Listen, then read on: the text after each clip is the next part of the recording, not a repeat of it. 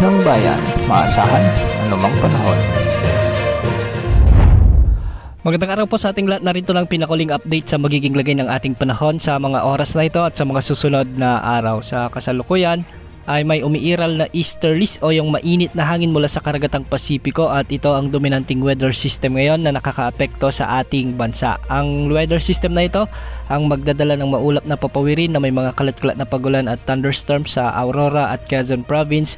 Kaya posible ang banta ng mga biglang pagbaha o pagguho ng lupa kung may mga umiiral na katamtaman hanggang sa malalakas na pag-ulan. Samantala, easterlies din ang magdadala ng bagyang maulap hanggang sa maulap na kalagitan na may mga tsansa ng mga kalat-kalat na pagulan at pagkidlat pagkulog sa Cagayan Valley, Bicol Region at Eastern Visayas. Kaya posible rin ang banta ng mga biglang pagbaha o pagguho ng lupa kung may mga umiiral na severe thunderstorms. Sa Metro Manila at nalalabing bahagi ng ating bansa, asahan naman ang bagyang maulap hanggang sa maulap na kalangitan na may mga isolated rain showers and thunderstorms, dulot ito ng mga localized thunderstorms. Mag-ingat pa rin po sa banta ng mga biglang pagbaha o pagguho ng lupa kung may mga umiiral na severe thunderstorms. Walang nakataas na gale warning ngayon sa anumang baybaying sakop ng ating bansa at ang mga pag-alon sa Luzon ay posibleng umabot hanggang 1.5 meters. Sa Visayas, posibleng umabot ang mga pag-alon hanggang 1.5 meters at ganitong pag-alon din ang inaasahan sa mga karagatang sakop ng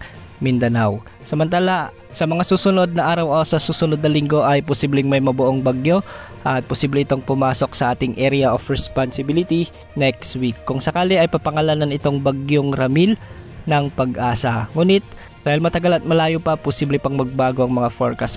Base sa mga outlook nito ay posibleng pumasok ito sa ating PAR next week, especially sa araw ng Miyerkules or Biyernes, at kikilos ito ng pahilaga-hilagang kanluran sa mga susunod na araw. Sa susunod na Sabado, inaasang nasa silangan na ito ng extreme northern Luzon bilang isang malakas na bagyo at posible itong lumapit sa bahagi ng Batanes area bilang isang malakas na bagyo. Hindi man ito nakikitang tatama sa ating bansa, ngunit posibleng magdala ito ng mga pag-ulan lalo na sa mga lugar kung saan malapit ang potensyal ng bagyong ito.